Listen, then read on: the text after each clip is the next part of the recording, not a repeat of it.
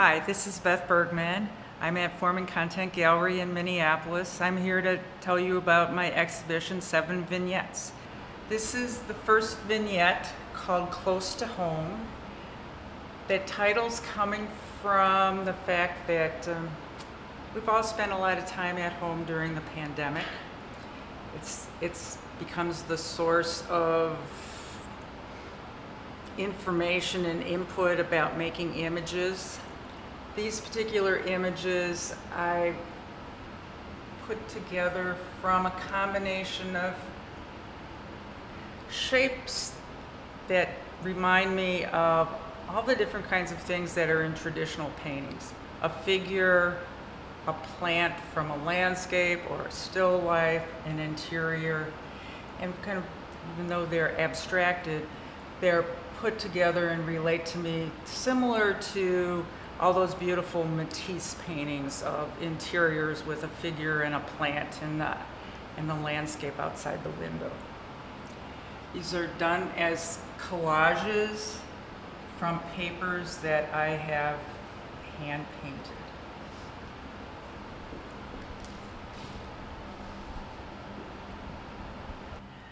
So the second vignette is the A vignette. It's unfortunately not as creative as the other ones. All their titles start with A. They were all done at the same time, so they're very much like a traditional series that artists produce. So I printed papers using the same shapes and some of the same colors from one to one. And these, what was interesting, the papers were bigger than the panel. So when I would cut out shapes to compress them, and you've got a different sense of scale, similar to the sense that one would get with a cubist painting. There are interesting techniques to get textures. This, to me, this is a song without words, is the title. To me, this looks kind of like type. But what that texture actually comes from is paint going through a window screen onto the surface.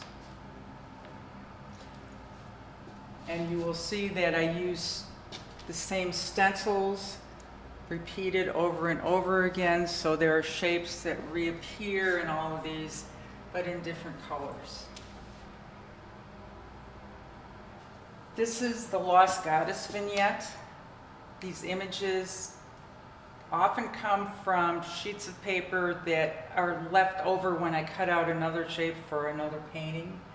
And what I discovered, that you put them together and they created a shape that was human looking, but hidden, very much the way I feel the goddess is ignored, portrayed, lost in our culture. So this is the Wander vignette. I did these late in the summer in 2022 after taking a road trip across the Dakotas, across Montana to Glacier Park, and then back again. Those are long rides. It gives you a lot of time to soak up the scenery. And this is what I came home and made. So there's some reference to mountains, which has not really been part of my Midwestern life. And I spent a lot of time in Glacier Park, sitting and watching the clouds, trying to guess if that cloud would be in front or behind the mountain pass. So if you need some hooks to the real world around us, we've got some mountains coming up in various ways. We have floating clouds. We have the northern plains and the grid of farming. We have foliage, and we have clouds, and we have earth. We got it all. This vignette I call Open, and that's because these images I find to be more open and less dense than the other images I have in this show. They weren't all done together. In fact, some of them were done 2 years apart, but they related to me to these larger kind of flowing areas in each painting. This one I find to be the right combination of openness and texture and line and light and dark, and small shapes and big shapes. So I find this one to be very successful in as an academic kind of way. So the way these images are created, I go through a monoprinting process to create sheets of paper that have various shapes, colors, textures.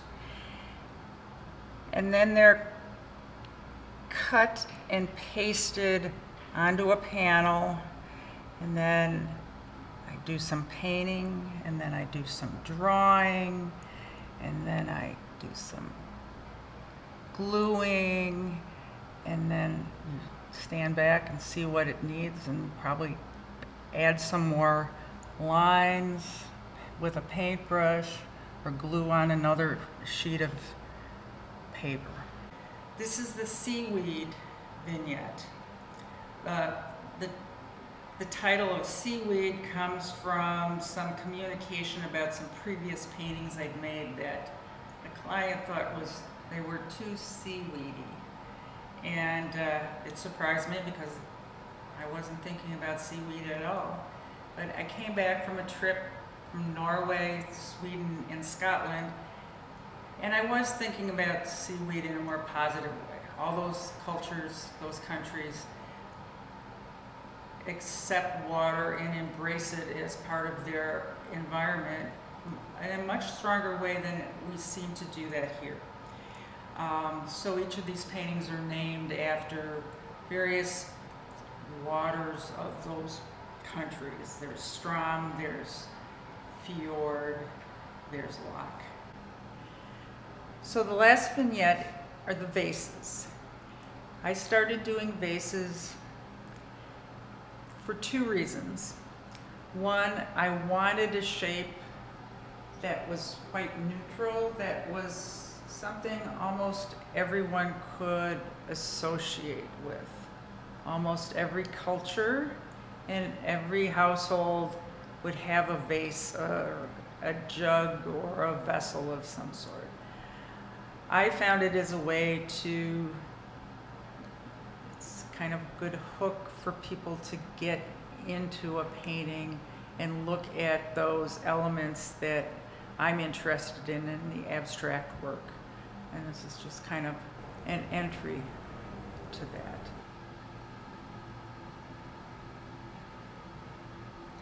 So paint can do such beautiful things because there's so many different ways you can get it down on the surface. And the same happens with paper. It reacts differently to how thin the paint is or how thick it is, what the pigment is like, if it's opaque or transparent, if there's some texture that your brush bumps into,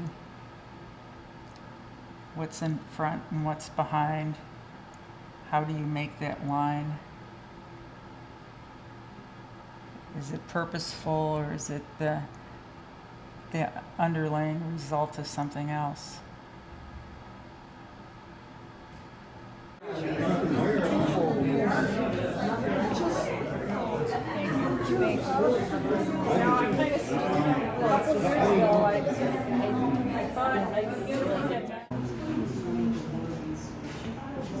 You got a favorite?